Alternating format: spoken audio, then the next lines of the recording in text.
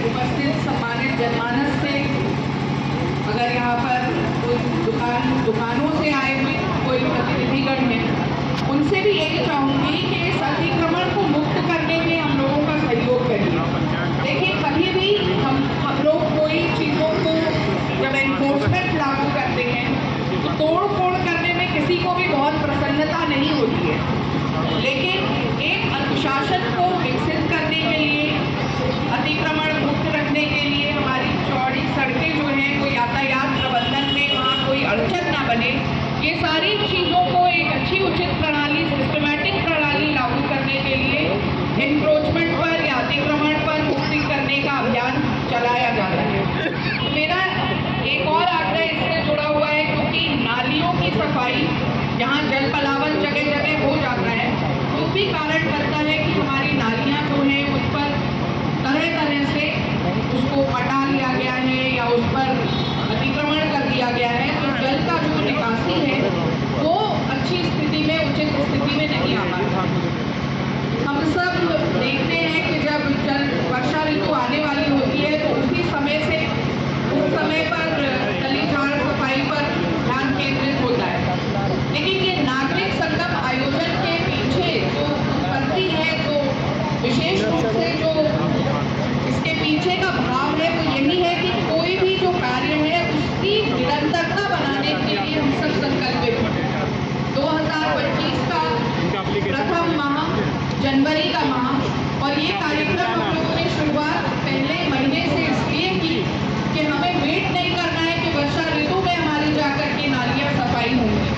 उनकी निरंतरता हम आज से बनाना शुरू करेंगे, ताकि जब संचारी रोग अभियान जैसा समय आएगा, जब मच्छरों का प्रकोप बढ़ जाता है,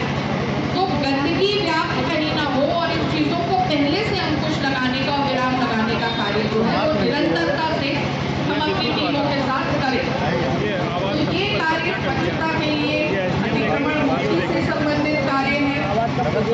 स्वच्छता की निरंतरता बनाए रखने का कार्य है, स्वच्छता में सहयोग आपके द्वारा जो आकांक्षी है वो कार्य है। इन सारी बातों का एक समागम इस नागरिक संगम के संवाद के माध्यम से हम लोगों ने करने का प्रयास किया है, और मुझे बहुत खुशी है कि इसमें बहुत बढ़ चढ़कर भागीदारी यहाँ के सम्मानित सभी जनप्रतिनिधियों के द्वारा दी जा रही है, मीडिया के बंधुगणों के द्वारा दी जा रही है, और नागरिकों का संगम है तो आम जनमानस की उपस्थिति भी इस बात का पर्याय बन रही है। अब आपसे मैं ऐसे जानना चाहूँगी, क्या मनकापुर में साफ सफाई नियमित होती रहती है? हाँ, होती है या नहीं होती है? होती है।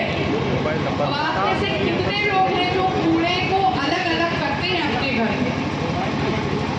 1, 2, 4, 5 लोग उठा रहे हैं अपना हाथ। इस जो भाव को मैं कह रही हूँ कि कूड़े को अलग अलग करने की बात है,